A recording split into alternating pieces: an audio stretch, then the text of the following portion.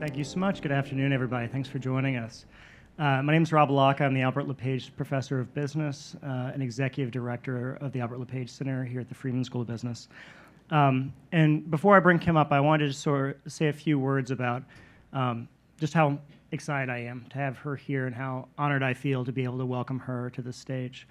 Let me just share a few words about Kim, because some people think that what makes you great are the things that you've done, things you've accomplished while you're on this earth.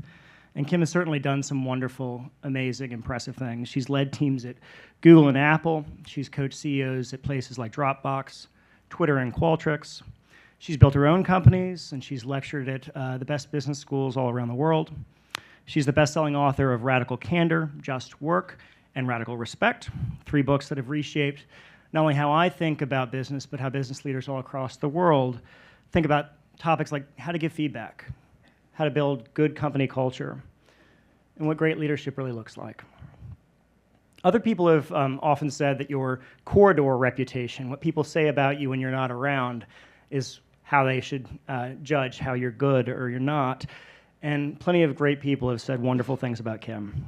Daniel H. Pink has said that her work is a sparkling combination of moral courage and practical solutions, that her work belongs on the shelves and in the hearts and in the minds of leaders everywhere. Darren Walker, who joined for a different session today, had said that each of us has a role in creating a fair and a reasonable workplace. And when we play that role and create the conditions for others to do the same, as Kim has done, we can create real change. And Angela Duckworth has said about Kim's work that there are so many books about loving your work, but so few about how to love the people you work with. This beautifully written, wise, and practical guide shows us how both are possible. So those words do matter, but Kim's work goes even beyond that. And that's because I teach my students, some of whom are here today, both former and current, that entrepreneurship is not about heroes fulfilling their dreams. It goes beyond that. It's about people making decisions. It's about how those decisions impact people that you may know or that you may never know. And those decisions are shaped by your values, what you choose to do, what you choose to pursue, and what you choose to not do, what you choose to leave undone. It's how you show up in the world. And that's what people will remember about you, because they won't even remember that it was you. It will be the way that your fingerprints leave a mark on their lives far beyond the time that you're actually on this planet. And the same is true of companies, especially startups, because startups are the companies that define the future. A founder's values don't stay private.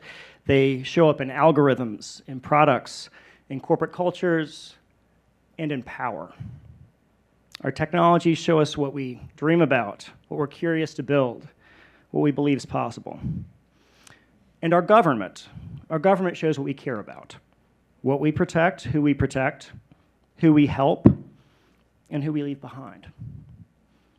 And so today's conversation isn't just about whether Silicon Valley is moving fast and breaking things in Washington.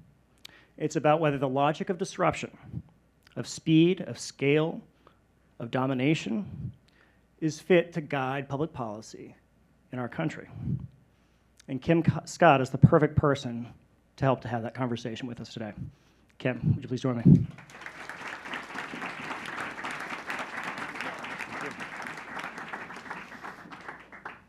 Oops, thank you. It's great to be here. That was a nice introduction. Thank you.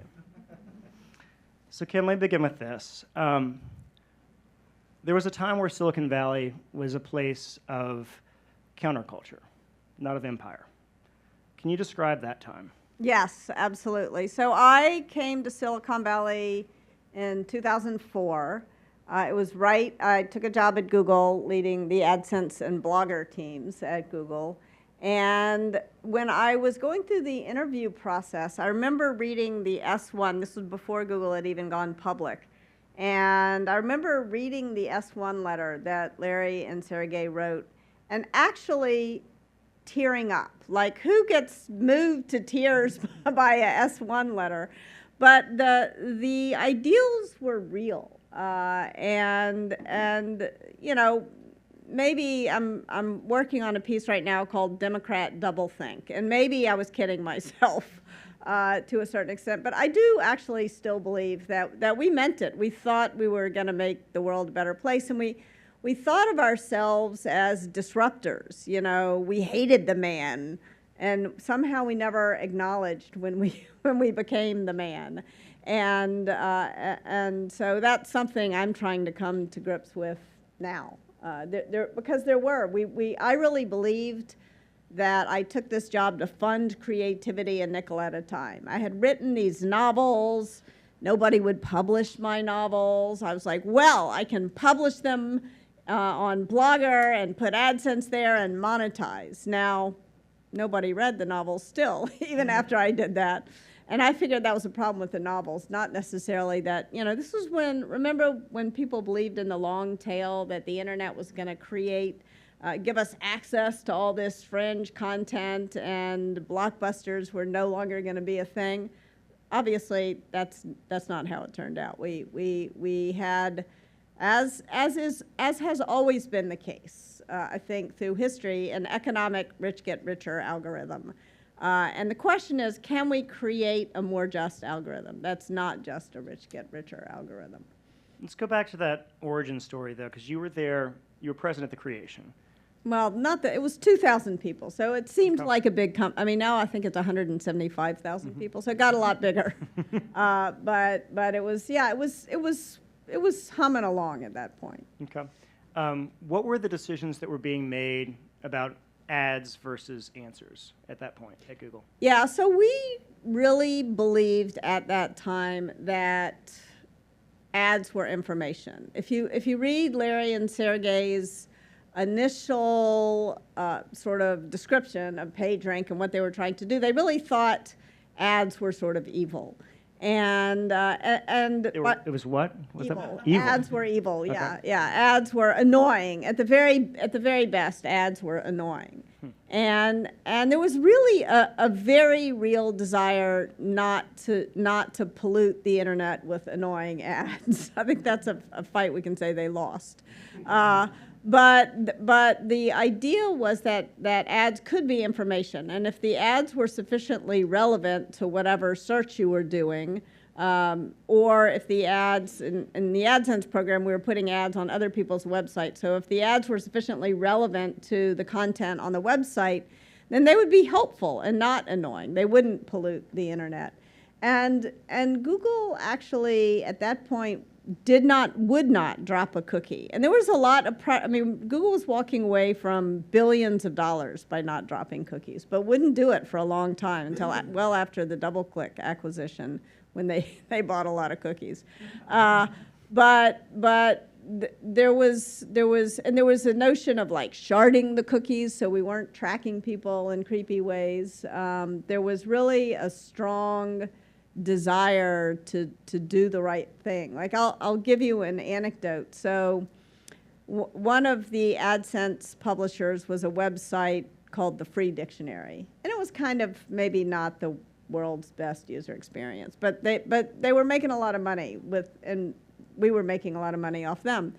And if you searched for a word at that time, Google would send you to dictionary.com, which was not an AdSense publisher, so Google was sending them a lot of traffic and making no money off it. And I went to a meeting and I said, why don't we swap out, the partner site for, and I got in so much trouble. You don't understand how Google works. We really take the user experience seriously. We are not going to do anything, no matter how much money it would make us.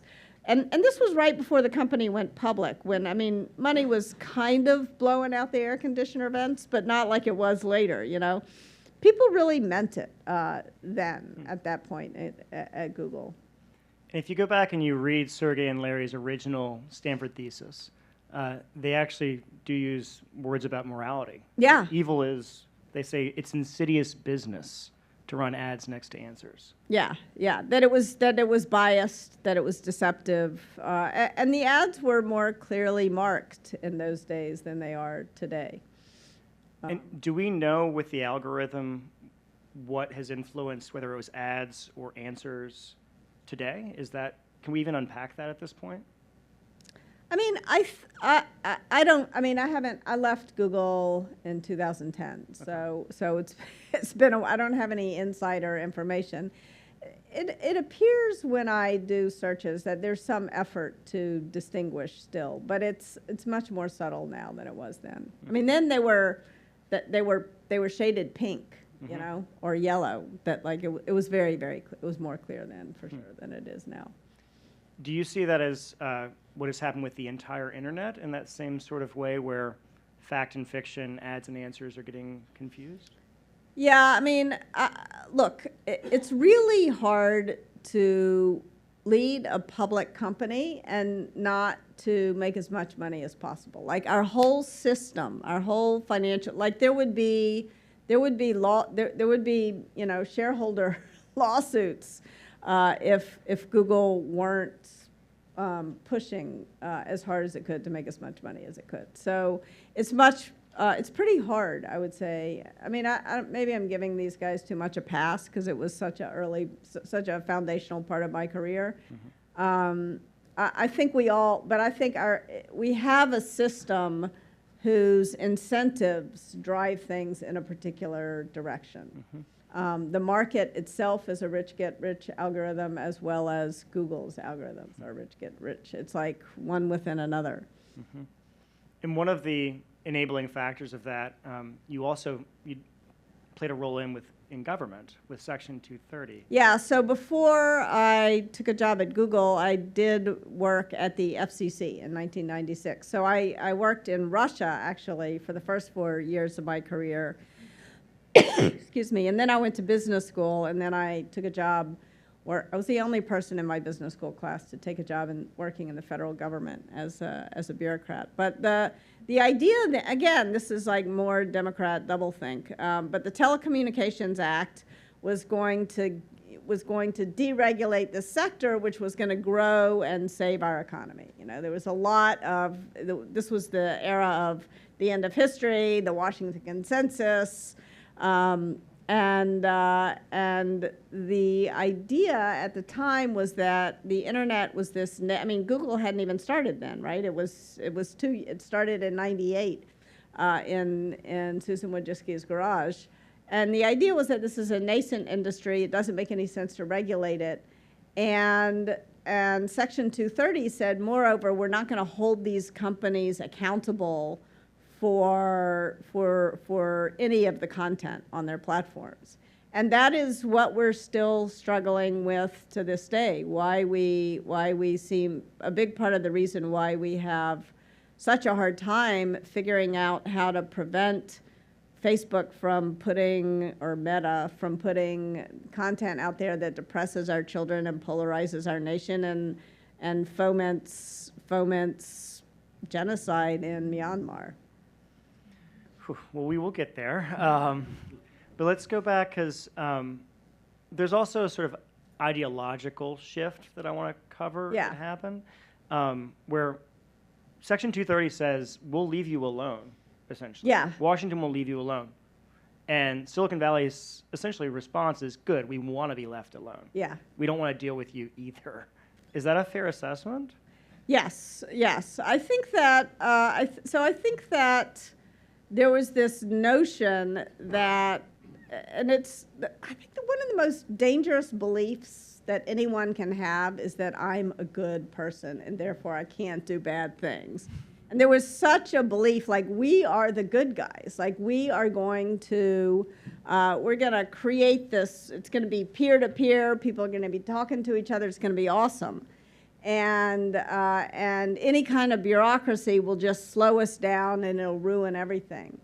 And yeah, so I think that was very much part of the ethos. I mean, certainly when I worked at Google, and still Silicon Valley is very, I think, like, it's largely democratic. It's a very bright blue state. I think over 76% of people voted for Harris in the last election, for example. So even though you read a lot about Silicon Valley's redshift, I think it's like it's not just the billionaire redshift, by the way. It's the people worth $100 billion or more redshift. Yeah, I mean, we forget how recent it was that in 2016 when Peter Thiel gave 1.25 million, he was excoriated. I mean, throughout Silicon Valley. He left. I mean, he couldn't go into a restaurant without getting, shamed, which is not something I'm proud of. That is not, that's part of the problem, by the way, not part of the solution. But that 1.25 million to Trump, right? I mean, that, if we look at the most recent election, Elon Musk gave $277 million to Trump. Yeah. Well, and he had gotten a lot richer in those years because anyone who had that much money had gotten, orders of magnitude. It's the rich get richer algorithm had sped up quite a bit in those years. And yet they're also choosing to wield power in a different kind of way with Washington. Is that a fair assessment? Yes, yes. I mean, I think, so one of the things that I write a lot about in Radical Respect is the importance of checks and balances, not only in a government, but in a company. And there, like when I first got to Google, for example, Shona Brown, who led business operations, who built the systems, systematically stripped power away from anyone who was a manager at Google, including herself and the CEO and the founders.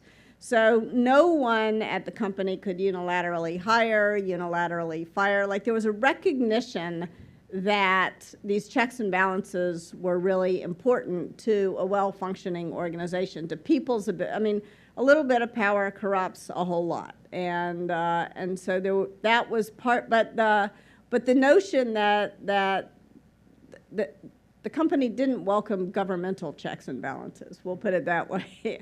And it's hard, like if you can take the grade pass fail, you will. Nobody really wants to be held accountable.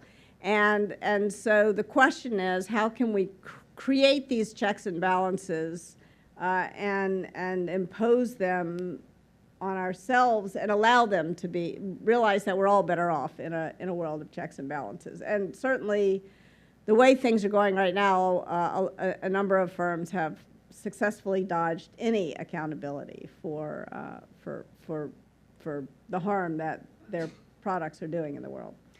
Before we go into those specifics, I want to still understand, though, is part of that because in Silicon Valley there's this founders myth, this sort of mythos? Yeah, this is how we got connected. So there's this notion of this thing called founders mode. This is a new term. And this runs counter to the part of Silicon Valley that I really learned a lot from, and that was behind my book Radical Candor, which is the opposite of founder mode. So founder mode says if I found a company, then I get to make all the important decisions and pay people as little as possible. Like everybody, what's the point of that? I mean, even Steve Jobs, who is not known for his warm and fuzzies, would say, at Apple, we hire people to tell us what to do, not the other way around. There's this acknowledgement that if we're going to hire people, we want to listen to them. We want to get the best out of them. We don't want to tell them, sit down and shut up. I mean, what is the point of that? That is so counter to how to build to everything I understand about how to build an innovative, productive, great place to work.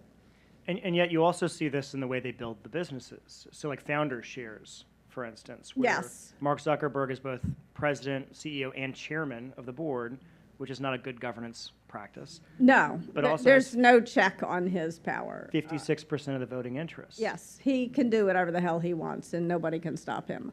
And this started with Google, actually, the founder shares. And the notion there was that Google was so determined to fight the market that there was so much suspicion of the short-term incentives of the stock market. And this is all it goes back to the S1 letter. Google is not an ordinary company. We don't intend to become one. We're going to hire great people and reward and treat them well. There was all this, and they were really worried that they wouldn't be able to build the kind of company that they wanted to build, that the shareholders would prevent them. And that was sort of the reason why. I mean, why did they go public then? I don't know. That's another.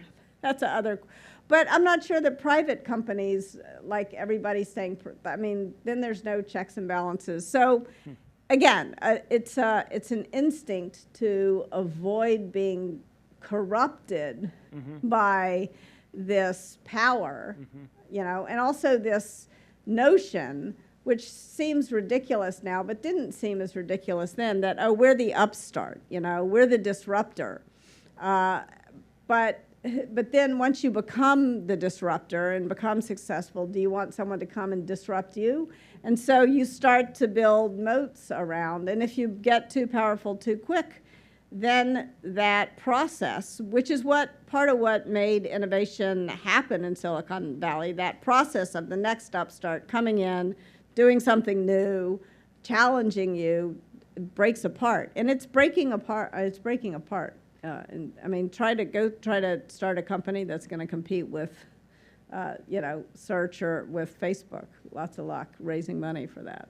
And that sort of distorts the free market and the fair market system in some ways, right? Yeah, I mean, and if you go back and reread Adam Smith, actually, the idea of the free market was that he was challenging these elites who were corrupting the free market, right? You forget that about Adam Smith. And the problem with, the government was in the pocket of the elites, these monopolies. Sounds kind of familiar, And when we think about the sort of strong man, and it's almost always men, theory of history, does that align with what Silicon Valley thinking was, and does that align with where we are now? So Silicon Valley, it seems so silly to act like the olden days of 2004, but when I got there, the ethos was very much, and this is still alive and well there, very anti-strongman. Like the ethos was, I hate the man. That's why I'm building this company, because I want to do things differently. I want to be free, and I want to liberate. I mean, Google, if you read the early stuff, it was very much a liberation platform. We're going to make sure that we're going to organize the world's information and make it universally accessible and useful. Like, I can still rattle that off. And so it was very much an anti-authoritarian. And I think part of the problem is that people, like Mark Andreessen is another one, who is maybe not one of my favorites, we'll put it that way. And he seems so sad, like he thinks of himself as the dog that chased the car and caught it, But that is not how the rest of us see him, He's the bus itself, and it's not just a little car anymore, and it's running over all of us, And there's an interesting way. I was talking to somebody recently who was taking a look at the way that different leaders in Silicon Valley interpret different books. So, for example, it's a very science fiction, is very popular, and Lord of the Rings is, and fantasy is popular there. And so Lord of the Rings is very popular, and it's popular especially among, the Peter Thiels. And to me, this is so puzzling because, in Lord of the Rings, you get corrupted by power if you put the ring on. Why does he love this book? And somebody finally explained it to me, and then it was so obvious, said, for Peter Thiel, he is the hobbit and the government is the power, and I'm like, that's not how I'm interpreting what's happening, but that's his interpretation of what's happening. So it's complicated. I think there's very much a refusal to admit that I have become this big force, that I've become the man. And I think you see that even in Andreessen's Techno-Optimist Manifesto, right? That is such a ridiculous document. Why? Why is that?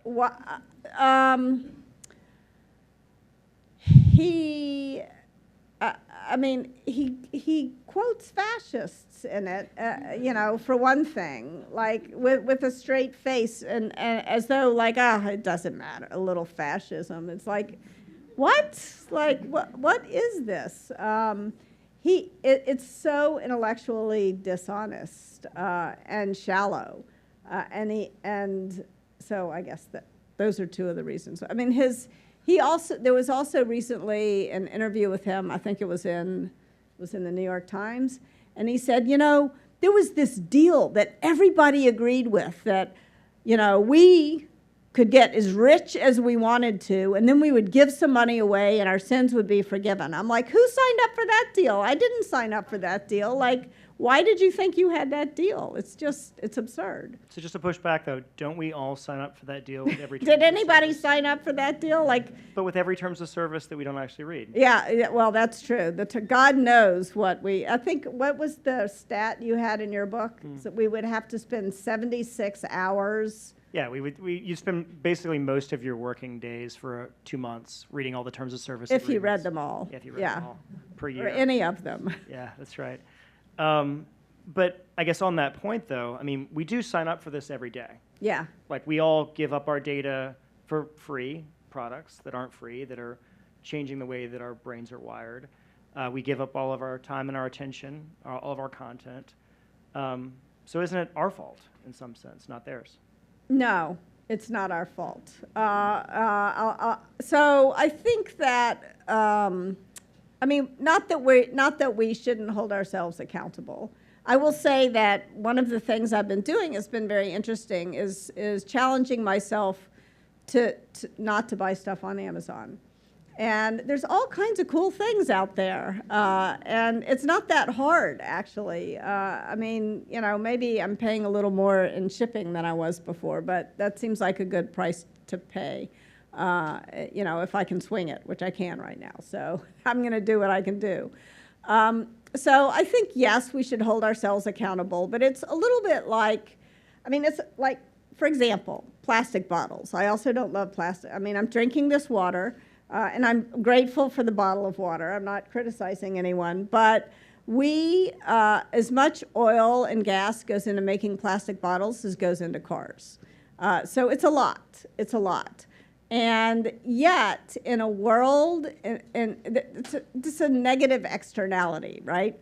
And what is a negative externality? A negative externality is when some harm gets done because of something that we all are going to suffer this harm, but none of us individually suffer it that much.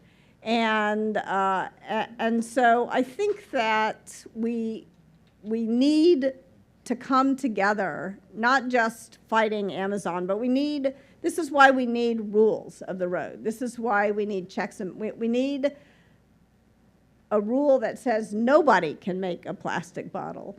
And then people would figure out something, and then we would have metal, or something else, right? So we need to figure out like what the externalities are and pass democratically controlled rules that prevent this stuff from happening. So, for example, we could have laws that say your terms of service must be intelligible and legible in 30 seconds or less. Like, we could do that. Like, that is a law that could be passed. That hasn't been passed. We could say that we could say advertising is not illegal. Is not legal anymore. Like, what if we did that? Like, these companies, I promise you, they would figure out another way, a new business model. They would not disappear overnight. And that would dramatically change the way that we get surveilled. We could make it illegal to drop cookies. Like, we could do that. That is possible.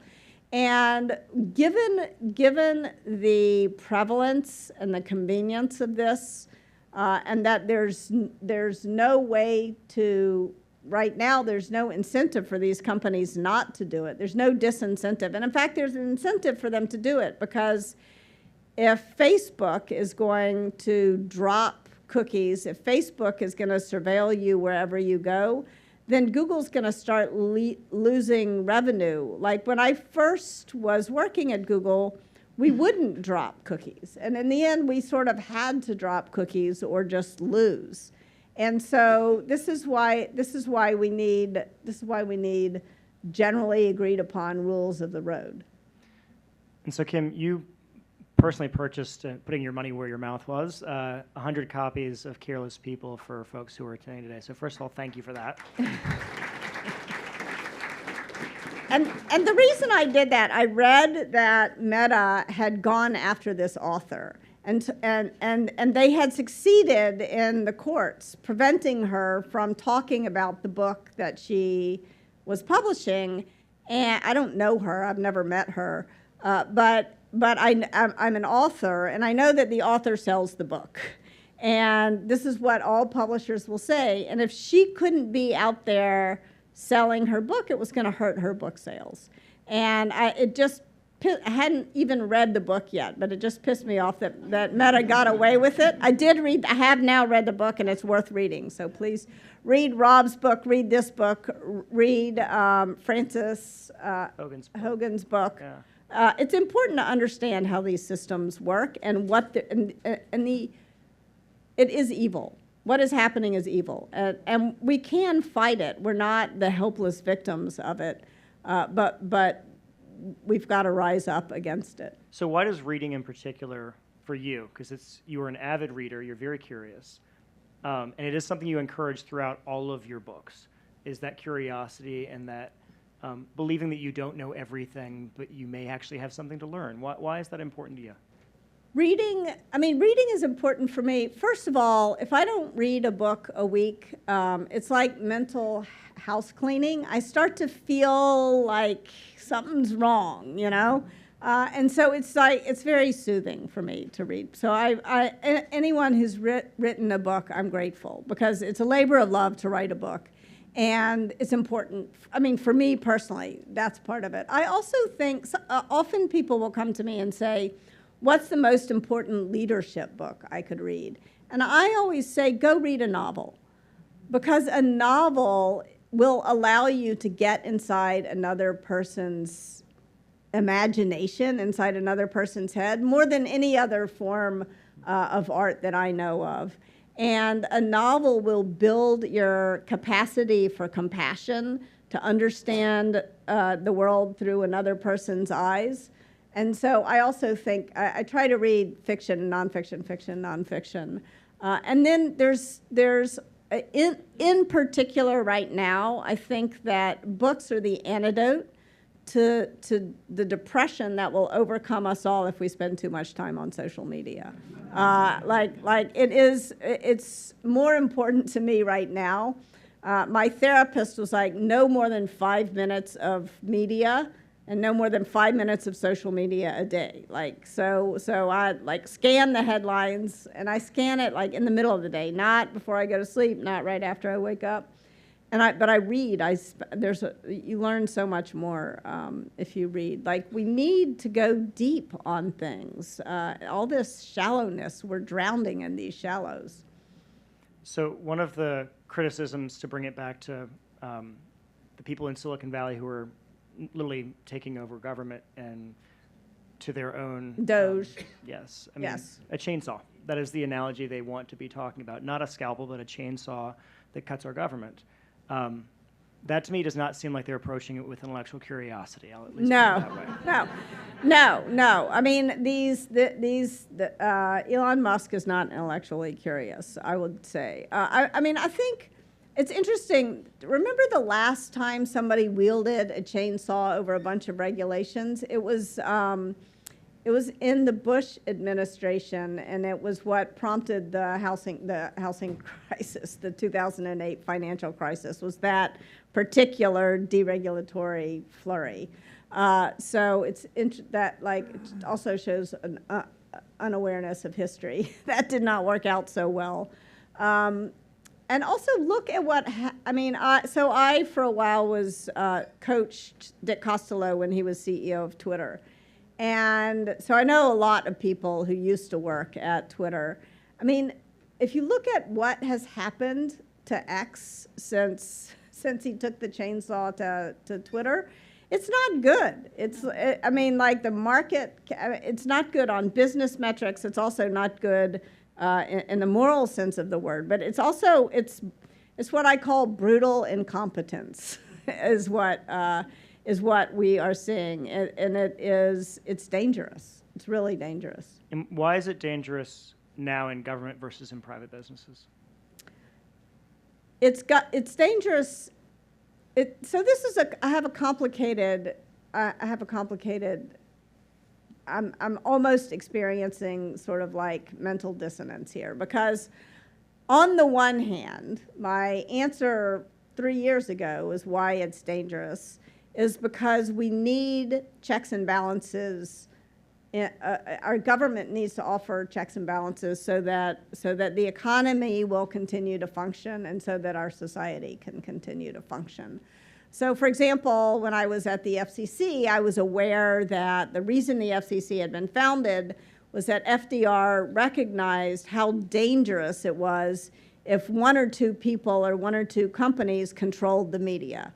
You know, like he would be horrified to know that one person controls X and the other person controls Meta. It's like, it's really quite scary. And he was aware, in particular, of how dangerous it was when Hitler controlled radio, and what happened in Nazi Germany. And so it is really dangerous not to have these checks and balances. On the other hand, like, do I want to give a lot more power to this FCC? No. I have every confidence that it would be abused. And so I don't know. I mean, I think we're going to have to get creative here. I don't know what the answer to this problem is. It's not what we did after the Great Depression, but we've got to rise up and do something to, you know, I would say we start with a wealth tax. Like, we got to take, when I think there was this assumption, even in this country's founders, that democracy kind of offered a check and balance on people with too much money, right? Because there were so many more people without too much money than with too much money. But I think money has become its own kind of power. And, you know, for the first time ever, we have one person who's wealthier than Rockefeller was. So Elon Musk controls more of our economy than any other single person has in American history. And, you know, and we have these social media. We have these social media platforms that control the news we see, and there's no doubt about it, but that Musk is willing to use X to change what we see, as is Zuckerberg, and this is very, very, very dangerous. This is, I mean, we can't take it too seriously. I mean, you're using the word dangerous, not just reckless, which I find, you know, interesting, because it's worse than reckless. It's dangerous. So, and the book that you all hold in your hands, Careless People, is actually, it comes from a quote from The Great Gatsby. And I'll just read it real quickly. It says, quote, "They were careless people. They smashed up things and creatures and then retreated back into their money or their vast carelessnesses." But they're not retreating, I guess, is the point. They're not retreating, no. They're quite aggressively, I mean, I think we've had a coup. We've had a coup d'etat in this country, and we've got to recognize it. And why do you say that? What specifically would you say is? I think that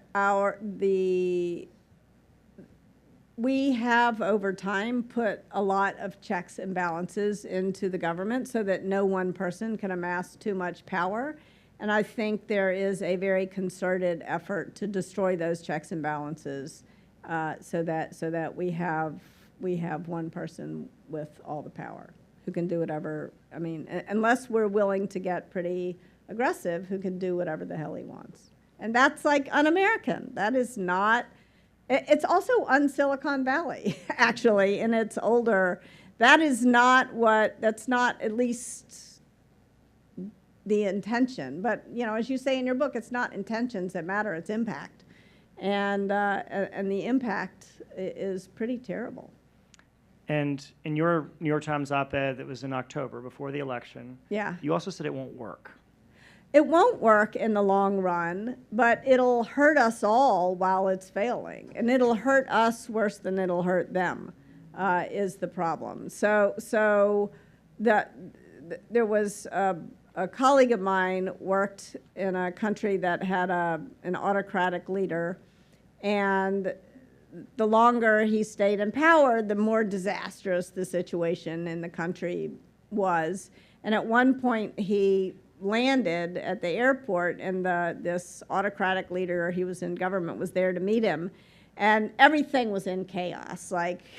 And the autocrat is stamping his foot and saying the infrastructure isn't responding anymore. That's what will happen, is things will break down. I spent the beginning of my career, right after I graduated from college, I moved to what was then the Soviet Union, to Moscow. I mean, I will never forget walking into a grocery store, and there was nothing to buy. There was not a scrap of food in a grocery store in the capital of this superpower. Nothing to buy. There was no toilet paper. I used Pravda, Truth. That is what I used in those. It was a disaster. It was a train wreck.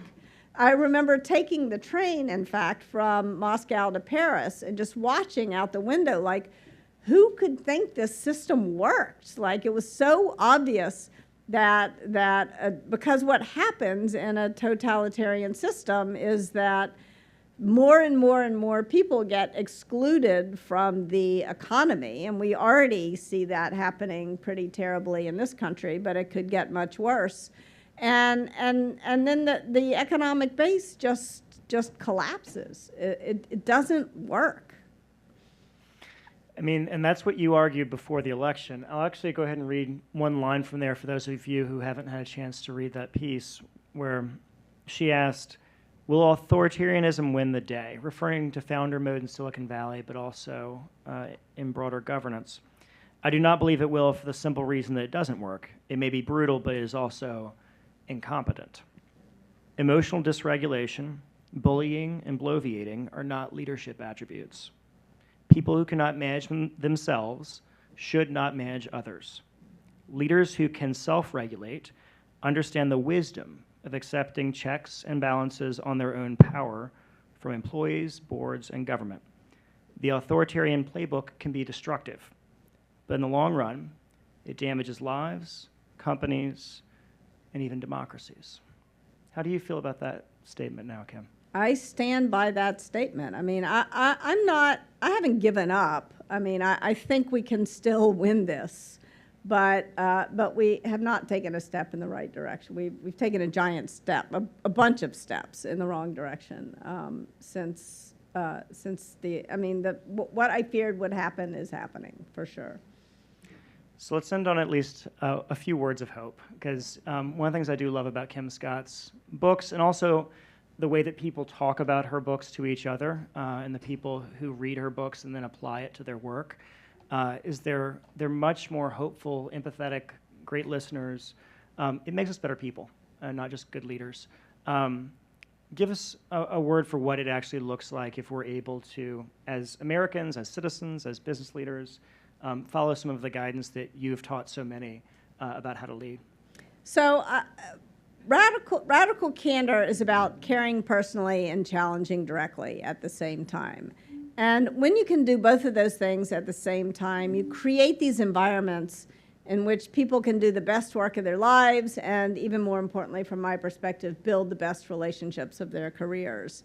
And if we focus on doing that in our families and on our teams, then we begin to create reasons for hope. I would say the reason that I am optimistic is that there's this giant gap, and I go all over the country talking to all different kinds of teams and all different kinds of industries, and everyone, to a person who I work with, is a good person. And they have, and they're doing good work, and they care. And so I am optimistic about our society and our ability to do better than what Elon Musk is doing. Join me in thanking Kim Scott.